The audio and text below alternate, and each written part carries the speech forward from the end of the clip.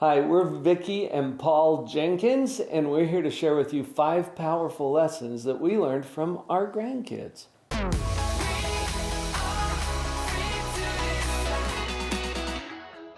You know, kids bring a fresh perspective to a lot of things, and having a generation buffer between us and our grandkids has taught us some things.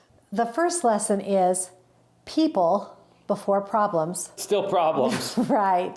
So what do we mean by that? As young parents, I remember as we're raising our littles, it's really easy to get sucked into the problems because there's a lot of them.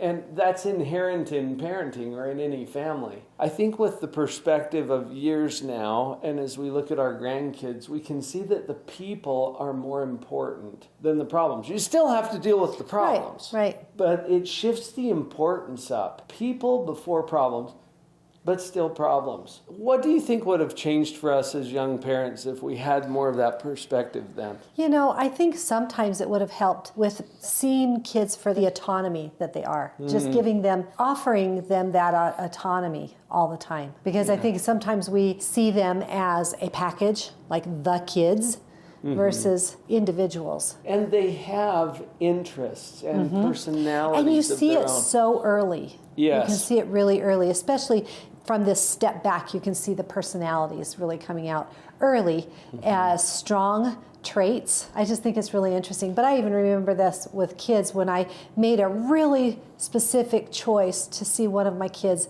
as the person he was instead of the problems that seemed to be surrounding him. And it made a difference in how you showed up. I know what you're referring to there.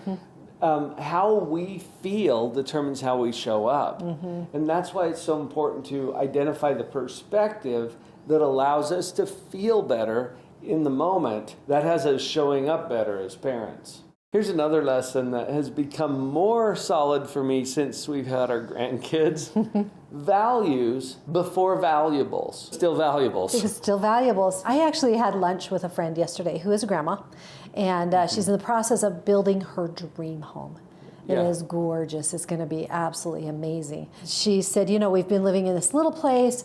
We've let the grandkids kind of do things the way they want to do it. We've got an old couch that we brought from somebody's basement, blah, blah, blah, blah. But we're going to have this new place. And I'm trying to figure out how to instill, you know, some of the values of taking care of things and being kind and making sure that we understand that you're more important than the things, but still have them respect and take care of the things. So as that values, you know, she'd never want to send that message that my couch is more important than you. Right. You know, the value is that you're the most important part of this equation. But I do have some nice things, and I'd like you to treat them with respect. So there's kind of this common... Anyway, that's just something that came to my mind today. I remember when our kids were little. Your mom helped me to learn this, too, because we showed up to Vicky's parents' place. We had driven about 3 hours or so to get to their home, and one of our little boys ran in, and there was, I think it was a snow globe or something that was sitting on the table there. I can't even remember specifically what it was, but he broke it. Before we'd even emptied the car. We weren't even completely unloaded at that point, and we came in and he said, Mom, I hi-awed it. So he had this experience, but I remember your mom was very much in the values before valuables category, and she was able to see the damage to the property, but still focus more on the person and on the values before the valuables. Now, we do need to teach our kids to respect property. That's true, but the values come before the valuables. As we were planning this particular video, we were thinking about you, our subscribers. If you're not, then why not? Hit the subscribe button. Come be part of our Live on Purpose family. All right, here's lesson number 3. Relationships before rules, but still rules. Right. You know, I think this is really great to remember as a grandparent in particular, is that the relationship is key with your grandchild. You have such a good opportunity to hone in on who they are and what kind of makes them tick. And in doing so, you can kind of have a little more freedom to go back and forth with things. and still respect the rules of the family. I think you have a chance in that relationship to develop the relationship even stronger and show why it's important to respect rules, even if you don't agree with them. I remember how I felt about rules.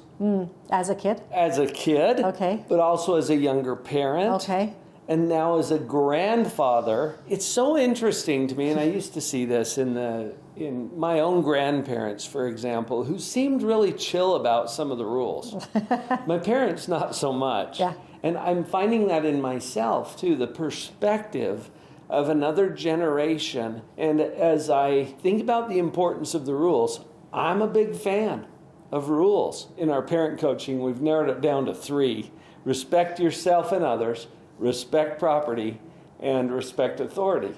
Those are the only 3 rules that we teach in our parent coaching. I remember as a young parent being a lot more concerned about the rules. Yeah. And that makes sense because it's the parent's job to teach those 3 rules to the kids. And now as a grandparent, I love the perspective you brought up there, Vicki, because our kids, as they're raising their kids, are in the same place we were before.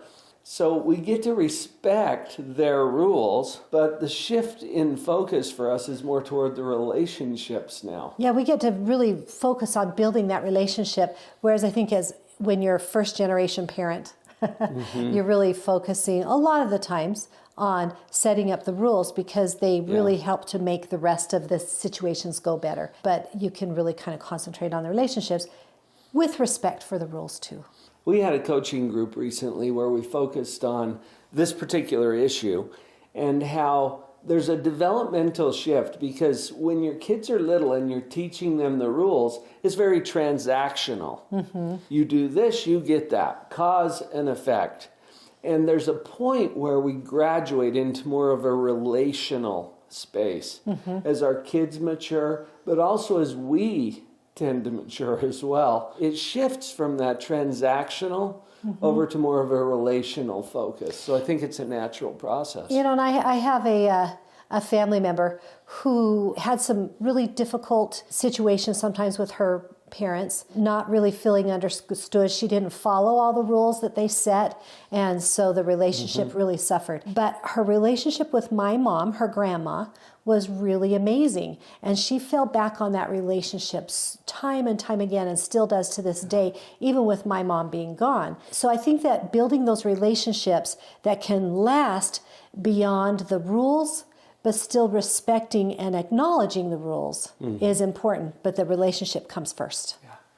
Lesson number 4 is perspective over productivity. But still productivity. Right. You know, this is an interesting one. You and I were just having this conversation about how so often I judge my day, and I have to be really careful not to judge my worth by my productivity, right? How much you get done. Yeah, how much I get done. But if we can back off and see the perspective of somebody, what's happening, the bigger picture, you know, if our child didn't pick up the room, but they had this great opportunity they wanted to tell you about, the perspective, you know, seeing that perspective.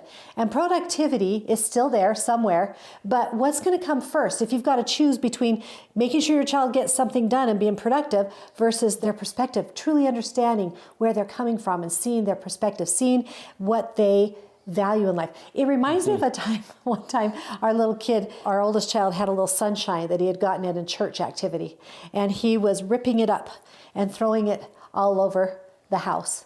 And I remember said, scattering sunshine, you're scattering sunshine. So I chose a perspective of, this is kind of a fun thing versus the productivity of, you're making a mess, right? Yeah, it's interesting to see the world through the eyes of the littles. And as a grandparent, I notice that even more. Right, if we're out taking a walk, and I'll see my adult mind going to, okay, we're going to walk down to there, and then we're going to turn. I've got my route planned out, and then I take my little grandson out there, and he's just like off on everything. He's found rocks and all kinds of fun things, right? Discovering and exploring his world in fresh new ways, and I think that's helpful for me sometimes to just chill out a little bit on the productivity and go back to the perspective.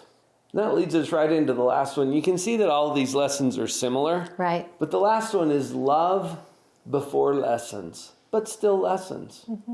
So obviously you have, as a grandparent in particular, I think you have a great opportunity to share lessons with your grandchildren. They'll hear it maybe from you a little different than they might hear it from someone else. But before you just are always, now, this is what you children, you kids Here's need to what do. we can learn Right? from this. You show them the love first. It is so wonderful for a little person to know that they are loved. You know, they kind of assume their mom and dad love them, right? But to know they are loved beyond that circle, that is just a really great gift you can give your child, your grandchild. And a gift that we give ourselves, too, because that's really where the joy is. Thanks for jumping on this video. It's fun to share some of our experiences as grandparents, which we learned as parents as well, and we've got you covered. Pick up this model that every parent needs to understand about control and maturity. Go to drpauljenkins.com/stages. We'll put it right in your inbox.